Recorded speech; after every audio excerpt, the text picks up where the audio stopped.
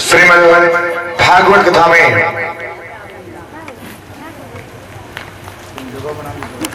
एक गुण और अवगुण की कथा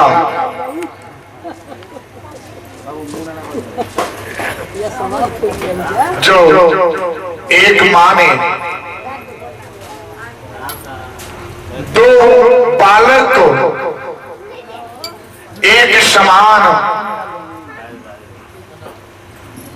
पालन पोषण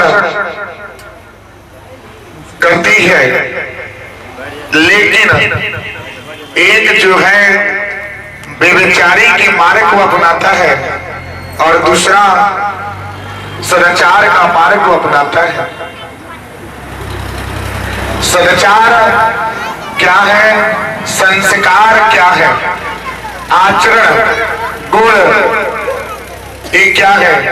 आचरण ही सब कुछ, पहचान है। आचरण से ही बड़े से बड़े पद की प्राप्ति होती है। अगर आपके पास धन हो, अगर आचरण नहीं है, संस्कार नहीं है, तो सब क्या है? बेकार है। जिस तरह से आप क्या करें, आप अच्छे से एक पकवान बनावें और पकवान बनाने के बाद उसमें आप क्या करें, नमक डालना ही भूल जावें, तो पकवान क्या होता है? बेकार हो जाता है। उसी तरह से ये शरीर जो है, आप धन कमा करके क्या किए? जब आपने सदाचार का पालन नहीं किए, आचरण को अपनाए नहीं, गुण को अपनाए नहीं, तो धन से गुण की प्राप्ति नहीं होता। ये संस्कार, ये गुण, ये धर्म, ये क्या है? ये सबसे बड़ा धन होता है, जो न कभी आग जला सकता है और न जल डुबा सकता है। ज्ञान से ही विनम्रता प्राप्त होता है। विद्या ददाति विनम्रम, विद्या से ही सब कुछ है। ज्ञान है तो विनम्रता है, नम्र है। अगर आपको सीखना है एक साधारण सी, आपको क्या करें? एक साधारण में एक फूल लीजिए, कोई फूल को अपना लीजिए। आप चलिए, माना कि आपने एक अड़हुल के फूल को अपना लिया, अड़हुल के फूल को अपने हाथ में ले लिए, लेकिन उसको कब आप लेने के पात्र बनेंगे? जब आप उसके फूल की तरह झुकना जानेंगे। जितना फूल झुकता है वही फूल ठाकुर जी को प्रिय होता है। आप एक गुलाब का फूल देखिए, वो कितनी कांटों को, कितने दर्द को झेलता है, कितने धूप दिखता है, कितने दर्द पीड़ा को झेलता है, उसके बाद वो आ करके झुक जाता है, फिर भी ठाकुर जी को प्रिय है, श्री लक्ष्मी नारायण भगवान जी को प्रिय है। तो आपके पास 3.5 हाथ का शरीर, 3.5 हाथ का शरीर है। इस शरीर के पास सबसे पहले क्या है? आपके पास ये ब्रह्मांड रूपी ये मस्तक जो है आपके पास है, उसी में सब कुछ है, केंद्र है। ये पूरे शरीर को संचालन करता है, वही आपका केंद्र है। आप जैसा सोच रखेंगे, जैसे आप सोच रखेंगे, वैसा ही आपकी क्या होगी? विचारधाराएं होगा। जैसा आप अन्न का सेवन करेंगे, वैसा आपका मन होगा। आप जैसे क्या हो, जल का सेवन करेंगे, वैसे ही आपके मन की प्रवृत्ति होती है। श्री लक्ष्मी नारायण भगवान जी का ध्यान करना क्या है? थोड़ा कठिन है, लेकिन कठिन के मार्ग में, कठिन के मार्ग में जो चलता है उसी को ठाकुर जी की कृपा प्रदान होती है। उसी को ठाकुर जी की कृपा प्रदान होती है। जो ठाकुर जी के मार्ग में चला, जो उनकी ध्यान वंदन स्तुति की, वही उनके योग्य बनता है। ऐसे ही ये प्रसंग है, एक तोता और एक मैना की। देखिए दोनों जन में बहुत ही प्रेम है, बहुत ही प्रेम होता है। इतना प्रेम होता है कि वो प्रेम क्या है, ऐसा लगता कभी टूटने वाला नहीं है। अब एक दिन का समय जब आता है तो तोता और मैना, अच्छा ये बताइए कि पापी स्त्री और पुरुष ये तो बनाए गए क्यों? स्त्री और पुरुष, स्त्री ज्यादा पापी के गणना में आता है कि पुरुष आते हैं? सबसे ज्यादा पाप कौन करता है, स्त्री या पुरुष? बताइए, कोई गणना किया है कि स्त्री सबसे ज्यादा पाप करती है कि पुरुष सबसे ज्यादा पाप करता है? अब यही प्रसंग एक तोता और मैना की आ गई। तोता और मैना इसी प्रश्न को लेकर के एक हुए विवाद कर लिए, विवाद कर लिए। जैसे कि अब इन लोगों का विवाद इतना बढ़ गया कि इनकी अब समझौता करने के लिए भगवान शंकर जी के पास ये प्रश्न गया। भगवान शंकर जी के पास ये प्रश्न जाता है। जाने के बाद भगवान जी भी सोच पड़ गए कि अब क्या जवाब दूं। स्त्री सबसे ज्यादा पाप करती है, व्यभिचारी करती है कि पुरुष करता है? अभी स्त्री से पूछे, स्त्री कहेगी ना हम नहीं करते। पुरुष से पूछे, पुरुष का ना हमारे जैसे धर्मी कोई नहीं है, हम कभी पापी नहीं है, हम सबको दया करते हैं, हम सबको दान देते हैं, मंदिर में भगवान जी की पूजा करते हैं, हम ब्राह्मण सबको दान देते हैं, उनकी पूजा करते हैं, ठाकुर जी की पूजा करते हैं, किसी जीव की हत्या नहीं करते। स्त्री से पूछे, स्त्री से आपस में टकरा जाएंगे क्या कि ना कैसे आपने बोल दिया, कैसे कर दिया? ऐसा होता है ना, हाँ या ना मेरी माँ? बोलिए हाँ या ना? तो स्त्री और पुरुष, अब एक प्रश्न आ गया कि इसमें पापी कौन, सबसे ज्यादा पाप कौन करता है? भगवान शंकर जी के पास जब ये प्रश्न जाता है तोता और मैना की, अब तोता ने ये प्रश्न भगवान जी से सामने पेश कर दिए। भगवान जी भी क्या किए, सोचने पड़ गए क्या जवाब दो। तब तक अब तोता ने प्रश्न किए। भगवान जी बोले कैसे कर सकते हो कि स्त्री पापी है कि पुरुष पापी है? अब इन दोनों का प्रश्न उलझन में डाल दिया।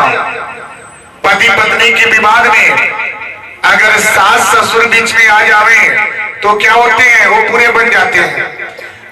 पति पत्नी का विवाद 1 घंटे का विवाद है, 1 घंटे के विवाद में ही क्या होता है, घर की बंटवारे हो जाते हैं, माँ बाप बिछड़ जाते हैं, भाई भाई का प्रेम टूट जाता है। लेकिन पति पत्नी का रिश्ता नहीं टूटता, वो 1 घंटे का, फिर से 1 घंटे के बाद ये लोग एकजुट हो जाते हैं, लेकिन भाई भाई का प्रेम बंट जाता है। अब वही तोता ने बोला कि प्रभु हम आपको बताते हैं क्या कि स्त्री और पुरुष इन लोगों की एक कहानी हम बताते हैं कि आप इसको थोड़ा सा समझ जाइए और निर्णय कर लीजिएगा कि कौन पापी है, स्त्री या पुरुष। अब तोता ने जैसे ही अपनी बात कहना शुरू करता है तब तक पार्वती जी का भी आगमन होता है। पार्वती जी का भी आगमन होता है। उन्होंने बोला कि हम भी सुनेंगे। भगवान जी बोले, शंकर जी बोले कैसे? जब पार्वती जी नहीं रहेंगी, शंकर जी केवल रहे तो क्या होता है? कोई पूजा क्या होता है? अधूरा हो जाता है। तो अगर शंकर जी को पूजे तो पार्वती जी यानी कि दुर्गा जी को ही पूजा जाता है। आदि शक्ति को पूजिए, केवल आदि शक्ति की पूजन कर लेने से आपका पूजा सफल नहीं होता ना। अभी ये क्या है, नवरात्रि का पैर लगने वाला है। 9 दिन का व्रत कितने लोग करते हैं बताइए? कितने लोग करते हैं? 2। एक आपको शरद नवरात्रि आता है, एक आपको चैत्र नवरात्रि आता है। चैत्र नवरात्रि किसके लिए और शरद नवरात्रि किसके लिए? बोलिए। दोनों में ही एक क्या है, इसमें प्रभु की महिमा का व्रत की उच्चारण की जाती है और शरद नवरात्रि में मां जगदम्बा का 9 दिन का उपवास किया जाता है। इसमें आपको भगवान जी की आराध्य होता है, क्योंकि चैत के महीने में भगवान राम जी का क्या हुआ था? जन्म हुई थी। और शरद नवरात्रि में माता रानी का विज्ञान होता है, माता रानी का ही उद्यान किया जाता है, उनका ध्यान किया जाता है। क्योंकि अगर केवल माता रानी का ध्यान कर लें, अगर प्रभु का ध्यान न करें तो क्या होता है? नवरात्रि भी अधूरा होता है। तो 2 पक्ष में 2 बार आपको, एक शरद में, एक ग्रीष्म में, एक चैत्र नवरात्रि और एक आपके पड़ता है क्या? शरद नवरात्रि। ये 2 नवरात्रि पढ़ते हैं, दोनों की महिमा क्या है? अलग है। तो भगवान शंकर जी को जो पूजेगा वो माता रानी को पूजेगा। कितने लोग केवल शंकर जी को पूजते हैं बताइए? कितने लोग जाकर के भगवान जी के, शंकर के जाके मंदिर में जाकर के केवल जल देते हैं, माता रानी का दर्शन नहीं करते? ऐसा होता है। कहते हैं हमने भगवान शंकर जी को पूज लिए, उनको पूज लिए तो सब हो गया ना। केवल शंकर जी का शिवलिंग की पूजा कर लेने से आपकी मनोकामनाएं सिद्ध नहीं होगा। जब तक आप माता रानी का पूजन नहीं करेंगे तब तक आपकी पूजा परिपूर्ण नहीं होता है।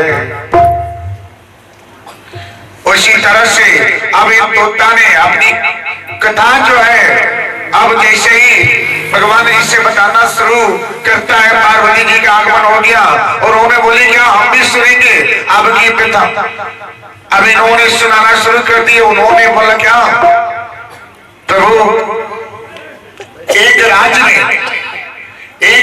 था और राज्य में एक राजा हुआ करते हैं। उनका नाम क्या है? अग्रसेन नाम के राजा उस राज्य में राज करते हैं। ध्यान से सुनिएगा। पापी कौन? क्योंकि सबकी क्लास लगने वाला है घर पे। याद आएगा कि पुरुष पापी है या स्त्री पापी है। आज सबकी क्लास लगेगी। प्रश्न पूछिएगा कि हम पापी हैं कि आप पापी हैं। इसी में होगा लेखा जोखा कि आप बोलेंगे कि नहीं हम नहीं है, वो बोलेंगे हम नहीं है। अभी सब लोग बोलेंगे कि हम नहीं है। अग्रसेन नाम के राजा एक राज्य में राज करते हैं और उन राजा के 4 पुत्र, जो राजा अग्रसेन हैं उनके 4 पुत्र हैं। 4 पुत्र में एक बड़ा पुत्र जो होता है उनका नाम चंद्रसेन रखा जाता है। चंद्रसेन नाम का राजा, ये कहते हैं भागवत कथा की सबसे बहुत ही एक दुर्लभ कथा है जिसको आपने कभी सुना नहीं होगा। चंद्रसेन नाम की राजा, उनके पुत्र होते हैं और पुत्र बधु अग्रसेन के पुत्र बधु का नाम चंद्रप्रभा होता है। सोचिए अब चंद्रसेन और चंद्रप्रभा जोड़ी क्या है? कितने सुंदर जोड़ी है। 36 गुण बनाया गया है। तोता और मैना बोला जाता है ना, तोते मैने की जोड़ी है, भगवान जी ने जोड़ी बनाया। अब एक चंद्रप्रभा और एक चंद्रसेन, एक दोनों जन का नाम क्या है? कितना प्रेम है, इतना प्रेम होता है कि पूछिए मत। इस प्रेम को तोड़ने के लिए कोई तोड़ नहीं सका। इस प्रेम को तोड़ने के लिए कोई तोड़ नहीं सका। और इस राजा की ये पुत्र जब चंद्रसेन हुए, उनके पुत्र वधु हुई, उसके बाद एक दिन की व्यथा आती है क्या, राजा ने अपने बड़े पुत्र और को राज्य से बाहर निकाल दिए, घोषणा कर दी कि नहीं आप बाहर जाइए, आप राज्य से बाहर हो जाइए। बड़े पुत्र को बाहर कर दिया जाता है। अभी बात आकर के अपने धर्मपत्नी को ये चंद्रसेन जब बताते हैं, इस सुन करके सबसे पहले इसने प्रश्न कर लिए क्या, किस बात का चिंता है, कैसे चिंतित हो रहे हैं आप तो राजा हैं, राजकुमार हैं इस नगर के, इस राज्य के, तो आपको किस बात की चिंता ने घेर रखा है। माँ बाप के होते अगर पुत्र चिंता करे तो क्या होता है, दुख होता है, माता पिता को भी कलह होता है। अगर पुत्र पत्नी है, उसके पास पत्नी आ गई तो पत्नी को भी कलह होता है कि माँ बाप के होते पुत्र इतना चिंतित क्यों है। क्योंकि पुत्र और पत्नी माता पिता के होते अगर अपने पुत्र की विवाह जब हो जाता है, अगर पुत्र थोड़ा कमजोर होता है तो सारी भार माता पिता के ऊपर जाता है, उसको संभालना, क्योंकि छत्र छाया है, कभी भी पर्दे में रखा जाता है, कभी भी पर्दे में रखिए। और जो पुत्र वधू है वो पर्दे की योग्य होती है। जिस तरह से आपको क्या एक सोना रखिए और एक क्या लोहा रखिए, तो सोने का मोल ज्यादा होता है, लोहे का मोल कम होता है। तो लोहे का मोल लोहा कौन है, आपके पति देव है, और उनकी पत्नी जो है सोना है। तो सोने की तरह अगर कदर किया जाए तो उस घर में कभी दरिद्रता नहीं छाएगा। अभी बात जब चंद्रप्रभा ने सुना तो क्या हुई, हालत इनका खराब हो गया, बेहोशी हालत हो गई और वहीं पे गिर गई। जब होश में आई, संभाला गया, संभालते संभालते हो फिर भी वो बोली क्या कि ना हम भी आपके साथ चलेंगे, हम इस राज्य में, इस नगर में और इस महल में नहीं रह सकते। आप हैं तो सब कुछ है, आप नहीं तो कुछ भी नहीं है।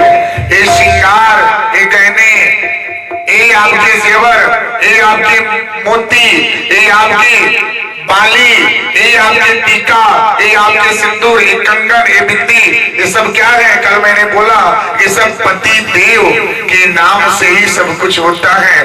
पति नहीं तो कुछ भी नहीं। प्रभु नहीं है तो कुछ भी नहीं है, माना कि जीवन मेरी नहीं है।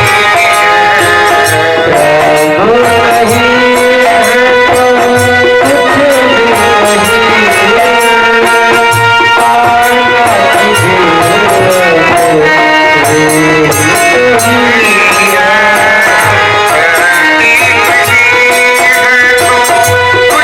भी नहीं है, माना कि जीवन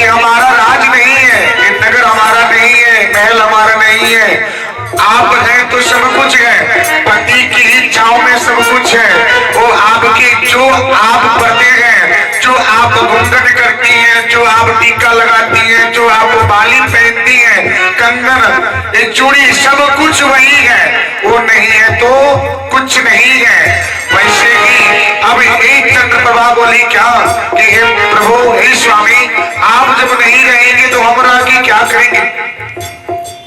हम भी आपके साथ चलेंगे। अभी निर्णय कर लिए, सोच में पड़ गए और सोचने के बाद विचार कर लिए। उन्होंने बोले सबसे पहले क्या कि जंगल में, हम तो जंगल में भटकेंगे, आप भी मेरे साथ जंगल में भटकेंगे, बहुत ही दर्द होगा, कष्ट होगा। ये बोले क्या, वो सुख रह के क्या करेगा जहां पे आप नहीं रहेंगे? वो सब सुख है जहां पे आप हैं। आपका दुख ही मेरे क्या है? जीवन साथी है। आपकी छाया ही मेरा सब कुछ है। आप हैं तो मेरा सब कुछ है। अभी राज से जाने की तैयारी हो जाती है। दोनों जन निकल जाते हैं। जंगल में जाने के बाद थके रहते हैं, थक जाते हैं। रास्ते में क्या होता है,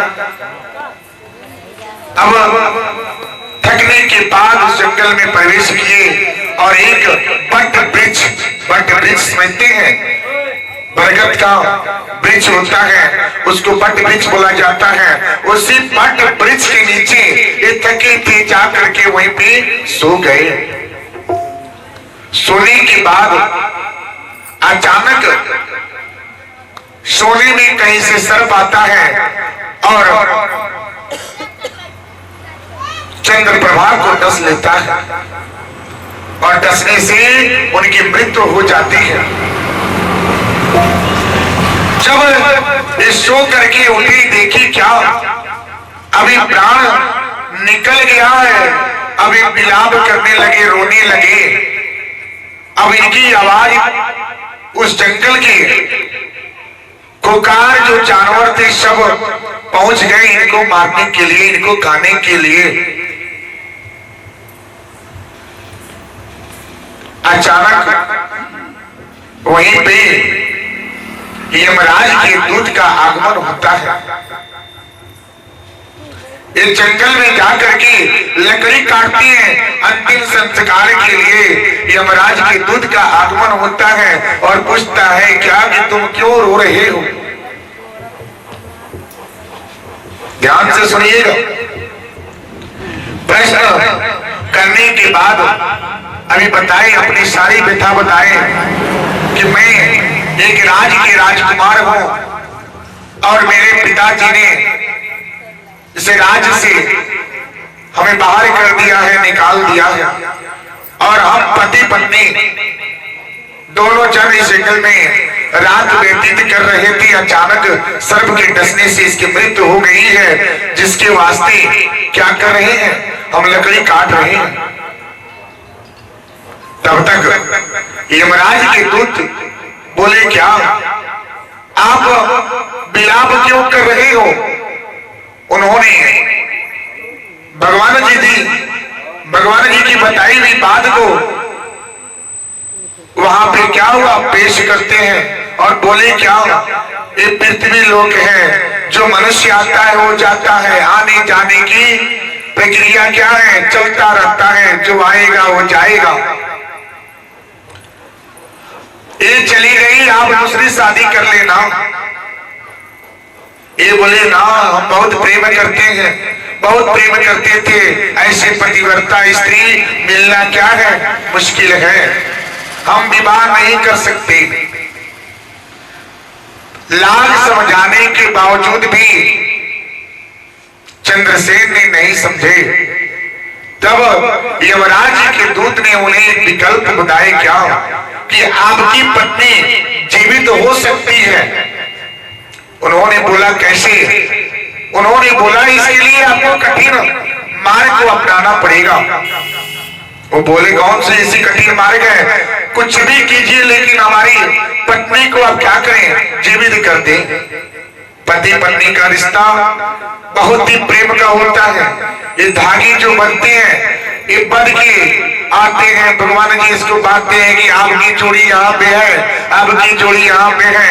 हर लोगों की हर एक जोड़ी बन के आता है, इसमें सोचने की समझने की समय नहीं मिलता। अब ये लाख समझाने के बावजूद भी उन्होंने समझाया, फिर बोले क्या हम आपकी पत्नी को एक विकल्प से निवेद कर सकते हैं, लेकिन आपको उसके लिए क्या करना पड़ेगा।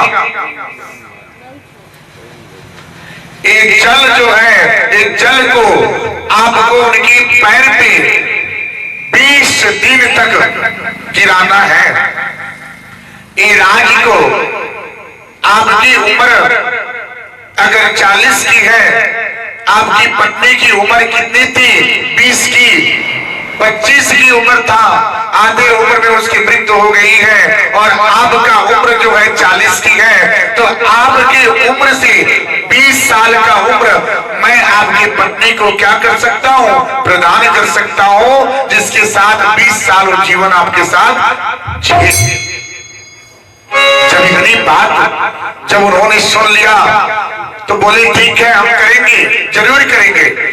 वो 20 दिन तक बताए हुए जल से उनके पैर पे गिराते गए, गिराते गए। 20 दिन के बाद उनकी पत्नी वापस आ गई, और आने के बाद ये भी शर्त रखा जाता है कि आपको ये राज कुछ भी हो जाए लेकिन बताना नहीं है, नहीं तो आपकी पत्नी तुरंत क्या होगी? आपसे दूर चली जाएगी। और पति देव आज के समय में देखिए कितना प्रेम होता है पति और पत्नी में। वो अपनी पत्नी को पाने के लिए वो समझिए कितने संघर्ष की सामना करते हुए अपने पत्नी को पा लिया, क्योंकि उसने 20 वर्ष अपने उम्र से प्रदान कर दिया। वही पत्नी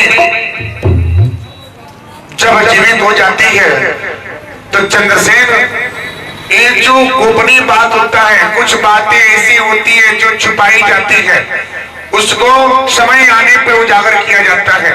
पति और पत्नी के बीच में भी कुछ ऐसी बात होते हैं जो गोपनीय रखा जाए, उस समय आने को उसको बताइए, उस समय आएगा उसको निर्धारित किया जाता है।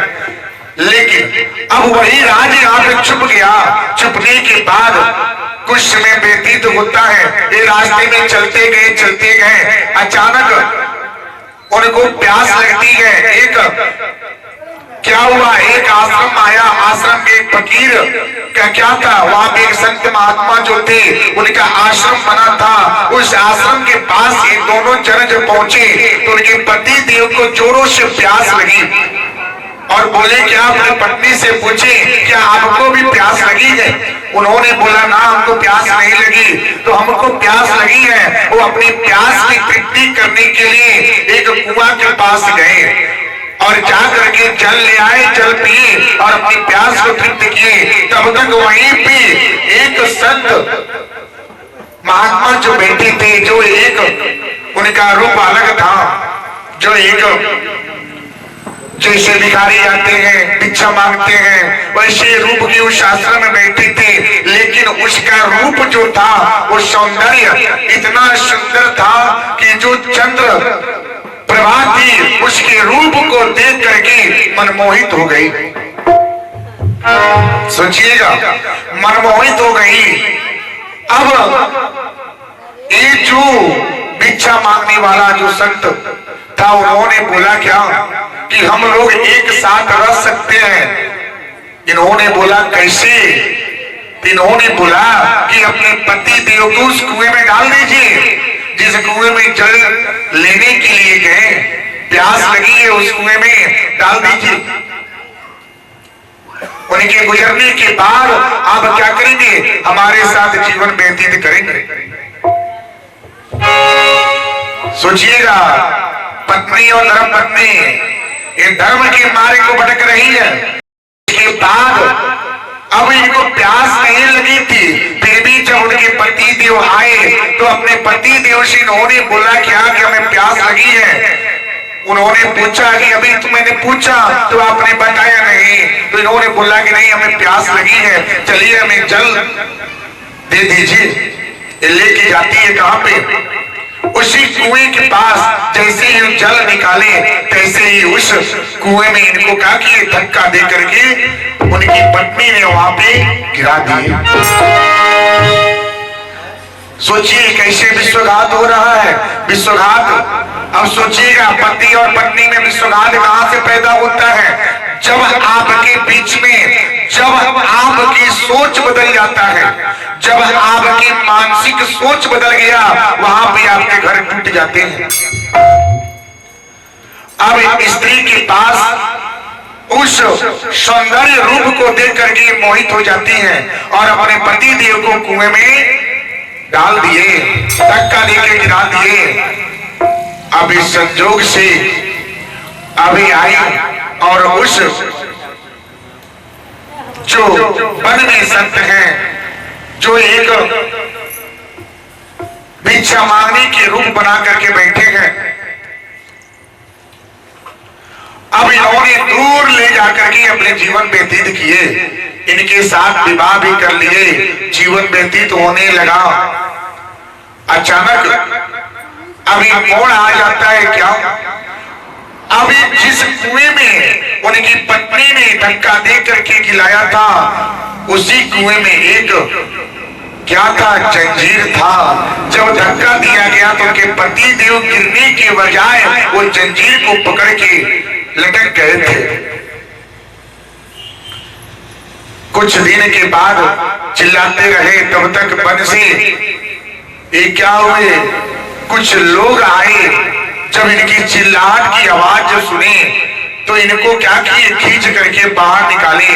पूछा जाता है कि तुम कौन हो? उन्होंने बोला कि मैं राजा हूँ, राजकुमार हूँ, और इस राजा का मैं क्या हूँ, पुत्र हूँ। अभी कबीलों का जो झुंड था, ये ले जाकर के अपने पास रखे, उनकी सेवा सत्कार किए। उसके बाद अब एक चंद्र प्रभा जो थी उसके साथ जीवन व्यतीत कर रही है, और उनको क्या एक अच्छे से नर्तकी बना करके, नर्तकी समझते हैं जो राज में एक सुंदर नृत्य करने वाली, अब इसके साथ इतना सुंदर नृत्य कला सिखा देता है कि उससे क्या हुआ, धन कमाना शुरू हो जाता है, धन आना शुरू हो जाता है। वो अपने पति की प्रेम को भूल जाती है कि मेरा पति कौन है। अभी दूसरे राज्य में धन जब कमा रही है, तब तक अभी कबीलों का फौज जो था, अब इनको जीवन दान दे दिए। और इसके बाद ये जंगल से निकले, वहीं पे एक साहूकार से मुलाकात हो जाती है। साहूकार से जब मुलाकात होता है तो सारी पिछली बात सब कुछ इन्होंने बताया। तो साहूकार ने बोला क्या कि आप हमारे पास क्या करें, आप पैसे में आ जाएं, हमारे साथ आप काम करें। के बाद अब रोजी इनको मिल जाती है, कुछ दिन व्यतीत होता है, तब तक उस नर्तकी का, उनकी पत्नी का बहुत नाम होता है क्या कि बहुत अच्छा नृत्य करती है। बड़े बड़े राजा, साहूकार, सेठ सब लोग क्या करते हैं, नाम सुनते हैं, उनको देखने के लिए जाते हैं। एक बार राजा ने अपने राज्य में उसी नर्तकी को बुलाया और नृत्य कला दिखाने के लिए उस राज्य बुलाए और दूर दूर तक अपना संदेशा भेज दिए कि हमारे राज्य में एक नर्तकी, एक नृत्य कला जो बहुत कलाओं से परिपूर्ण है, वो हमारे राज्य में आ रही है। सभी सेठ, सभी साहूकार के पास पत्र जाता है, सब लोग आते हैं। उसी साहूकार के साथ एक चंद्रसेन भी आते हैं, वो देखने के लिए आते हैं। देखते देखते पहचान जाते हैं क्या कि ये मेरी पत्नी है। अब उनको भेंट स्वीकार करने के लिए सब लोग धन देते हैं, लेकिन उनके पति देव उनको भेंट के लिए एक अंगूठी निकाल करके दे देते हैं। उनकी पत्नी पहचान जाती है कि मेरे पति तो जीवित हैं, ये उन्हीं का क्या है, ये अंगूठी है। अब उसे फिर से मारने की योजना बनाती है, कैसे मारो, सोचिए कैसे मारो। वही फिर से वही जो नृत्य करती स्त्री है, वही के राजा को अपनी माया के जाल में डालती है और उसी राजा से बोलती है क्या मैं सोचूं कि इस राजा को अपनी माया में रखूंगी, उसके बाद राजा बोलेंगे, हमारी नृत्य कला से प्रसन्न होंगे और बोलेंगे क्या कि तुम्हें क्या चाहिए। तो जरूर ऐसे प्रश्न करेंगे तो मैं बोलूंगी क्या कि एक क्या है, एक चोर है और वो चोर मेरे घर से धन चुरा करके लेके गया है और मैं उसे फांसी के तख्ते तक पहुंचा सकती हूँ, उसे मौत की घाट आप उतार दीजिए, यही मैं मांगूंगी। अब नर्तकी ने ऐसा ही विचार किया, राजा को प्रसन्न कर दिए। राजा ने उनसे बोला क्या कि तुम्हें क्या चाहिए। उन्होंने बोला कि अब मुझे कुछ नहीं चाहिए, एक चोर है जो मुझे क्या करता है, परेशान करता है, आप मुझे फांसी तक पहुंचा दीजिए। राजा ने पूरे नगर में कहा कि ढोल बजवा दिए, बजवाने के बाद उनको पेश किया गया। जब पेश हुए होने के बाद अब फांसी तक जाती है बात। राजा ने फांसी के तख्ते तक पहुंचा दिए, लेकिन जाने के बाद वहां पे सेठ महाजन आ जाते हैं जिनके घर पे वो नौकरी करते हैं। जिस सेठ जी के पास वो राजकुमार अपना जीवन यापन करते हैं, वही पहुंच जाते हैं। उन्होंने बोला क्या किस बात से आपको फांसी हो रही है। चंद्रसेन ने बोले कि प्रभु फांसी हो रही है, ठीक है, हम चोर नहीं है, हम कोई चोर नहीं है, ये मेरी पत्नी है। और राजा से बस 2 शब्द उसके सामने पेश कर दीजिए, हम जो दंड देंगे उसको हम क्या करेंगे, स्वीकार करेंगे, जो सजा देंगे उसको स्वीकार करेंगे। इस साहूकार ने राजा के सामने पेश किए। राजा वहां पे आए, आने के बाद उन्होंने 2 प्रश्न किए। प्रश्न क्या किए कि उनको बुलाया जाए, उस स्त्री को बुलाइए, वो स्त्री पहचान करेगी कि हम उसके पति हैं कि नहीं है। पति होने के वास्ते एक दोनों जन की मुलाकात होती है। स्त्री बोलती है कि मेरे पति नहीं है, वो बच के निकलना चाहती है, ये बोलते हैं क्या ये मेरी पत्नी है। अब प्रश्न यहाँ पे आ गया, फिर भी राजा को निर्णय करने में संकोच हो गया। अब चंद्रसेन ने बोला क्या, ठीक है महाराज, जब आप हमारी बात को नहीं मानते तो आप एक काम कीजिए, उस स्त्री से बोलिए कि हमारा जो जल है वो एक जल ला के देवे। वो एक लोटा जल मंगाया और जल बना करके जिस तरह से उन्होंने उनको जीवन दान दी थी, उसी जल से उस स्त्री के ऊपर डालता है, वो स्त्री वहीं पे क्या हो जाती है, खत्म हो जाती है। राजा ने बोला क्या ये क्या हो गया, ऐसा क्या कर दिया। तब वहां के साहूकार जो थे वो बोले कि नहीं, इनको दंड नहीं होना चाहिए, सबकी सामर्थ से उनकी प्राण बच जाती है। अब वही तोता ने सारी व्याख्यान जो है भगवान शंकर जी से बोले, सुनने के बाद मैना भी बोली। अब अपनी अपनी सच्चाई बताने के लिए मैना भी बोलती है क्या, बोली क्या कि हे प्रभु आपने इनकी बात सुन ली, आप हमारी भी व्याख्यान सुन लीजिए, मैं अपनी कथा को जारी करती हूँ और आप निर्णय कर लीजिएगा क्या इसमें कौन पापी है कौन बेविचारी है, हम पति पत्नी में कौन पापी है कौन बेविचारी है, ये आप निर्णय करना आसान हो जाएगा। मैना ने बोला कि प्रभु एक नगर में एक पति पत्नी का रहते थे, दोनों में बहुत प्रेम था।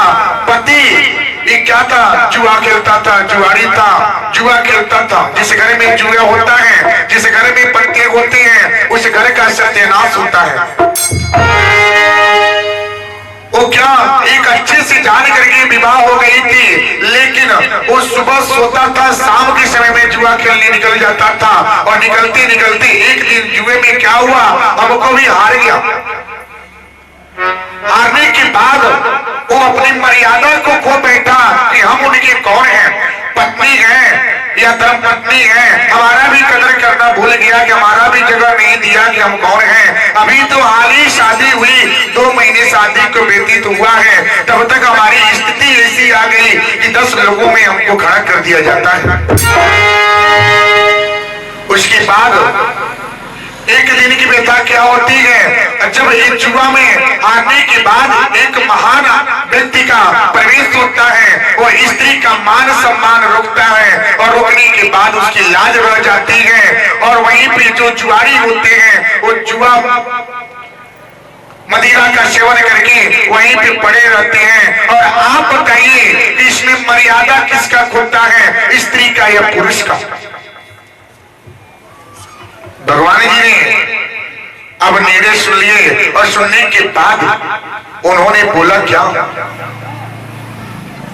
कि जहां पे पति और पत्नी के रिश्ते में अगर वहां पे धागा बंध जाए, गांठ लग जाए, विश्वास टूट जाए, तो वहां पे प्रेम नहीं होता है। वो क्या होता है, वो घर सत्यानाश हो जाता है। उसी राजा की तरह, वो स्त्री की तरह, जो स्त्री ने अपने पति से छल किया, उस स्त्री ने अपने पति के कुएं में डाला, और पराये पुरुष के साथ उसने अपना पूरा जीवन व्यतीत किए। उसके बाद जो पति ने अपना पूरा जीवन, आधा जीवन पत्नी को समर्पित कर दिए, उसकी जब नहीं हुई, तो सबसे बड़ा इसमें प्रश्न ये होता है क्या, बेविचारी, आपका गुण, अपने गुण, कर्तव्य और धर्म से कभी पीछे नहीं हटना चाहिए। एक तोता मैना कि प्रसंग की कथा यही है कि आपको एक धर्म पत्नी का कर्तव्य का पालन करना चाहिए, और पुरुष को मर्यादा पुरुषोत्तम की तरह रहना चाहिए, और पति पत्नी का कदर एक दूसरे को समझ करके करना चाहिए। यही इसका तात्पर्य होता है मेरी बात।